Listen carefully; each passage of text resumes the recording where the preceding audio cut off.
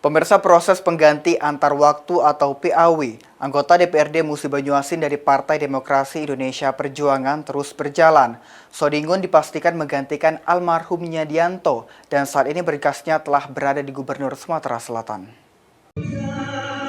Proses PAW anggota DPRD Kabupaten Musi Banyuasin dari PDIP memasuki tahapan lanjutan.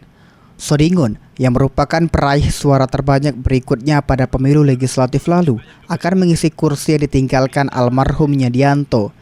Saat ini seluruh berkas administrasi telah disampaikan dan berada di Gubernur Sumatera Selatan untuk diproses lebih lanjut. Untuk PAW yang anggota kita yang kemarin meninggal dunia, itu prosesnya sekarang sudah berproses. Informasi yang kita monitor di DPRD, itu suratnya sudah dari Pak Bupati sudah diajukan ke Pak Gubernur Sumatera Selatan.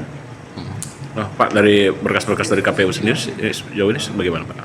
Untuk berkas semuanya sudah lengkap, baik itu surat dari DPP partai dan dari KPU, dan semuanya sudah kita lengkapi semua.